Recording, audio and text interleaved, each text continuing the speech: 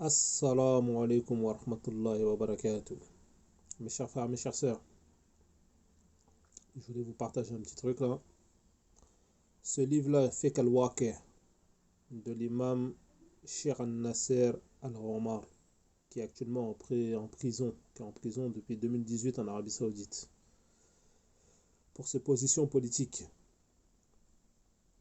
Quand j'ai lu ce livre-là, j'ai compris une chose. J'ai compris que tant qu'il n'y a pas ça là, le waqi', c'est-à-dire le contexte,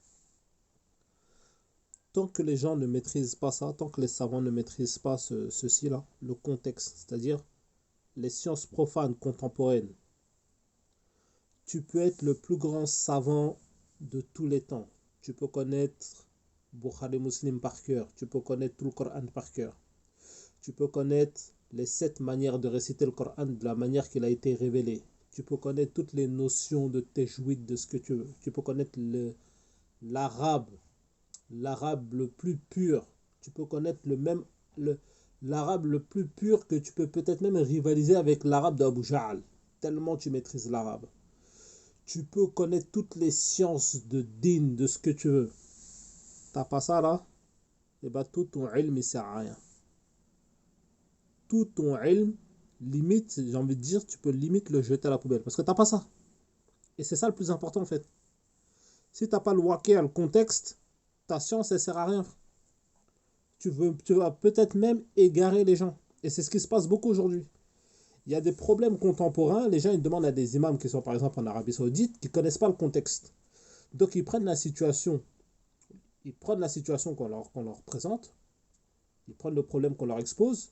Et ils regardent un peu dans leur corpus, dans leur science, quelque chose qui répond. Et ils te font fatwa avec et ils te disent là. Mais en réalité c'est hors contexte.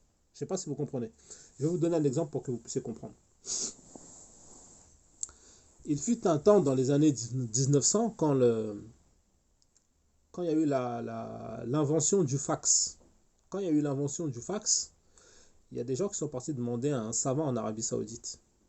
Ils sont partis lui poser des questions sur le fax. Et quand ils ont exposé le problème au Shir, ils ont expliqué c'est quoi le fax. Ils ont dit voilà, les Occidentaux, ils ont créé une machine.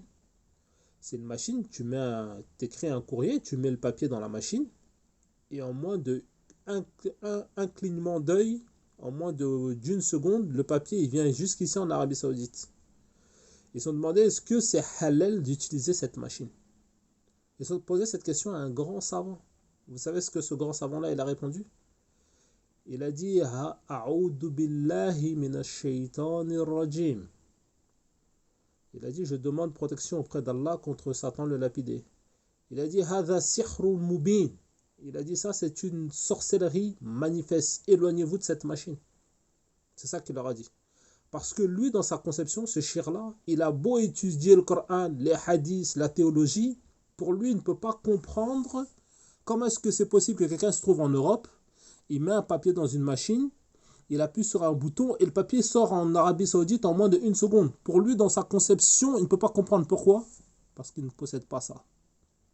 Il n'est pas dans le contemporain, il n'est pas dans le waqi'. Il n'a pas les sciences profanes. C'est-à-dire sa vision n'est pas assez large, il est limité. Et peu importe la grandeur qu'il a en science, peu importe sa théologie, tant qu'il ne maîtrise pas ça, sa science ne sert à rien. Et vous imaginez? Et c'est-à-dire ce savant-là, il a fait fatwa en disant aux gens qu'il ne faut pas utiliser cette machine. Que cette machine-là, c'est de la sorcellerie. Que les gens qui ont créé cette machine-là travaillent avec les sorciers, travaillent avec les djinns. Il a dit Haza sihrun mubin. C'est une sorcellerie manifeste. Éloignez-vous-en. Vous imaginez là, c'est limite honteux finalement. Je ne sais pas, mais lui, ce n'est pas de sa faute. On ne peut pas lui en vouloir. Lui, de son époque, c'était totalement inconcevable. Pour lui, ça, c'était limite comme dans le Coran Karim, quand le djinn il est parti chercher le trône de la reine de Saba et qu'il l'a ramené devant le prophète Suleiman, alayhi salam. Je ne sais pas si vous voyez ce que je veux dire. Pour lui, c'était inconcevable. Pour lui, il y avait forcément un truc de djinn. Alors que c'était juste de la science. C'était juste de la technologie.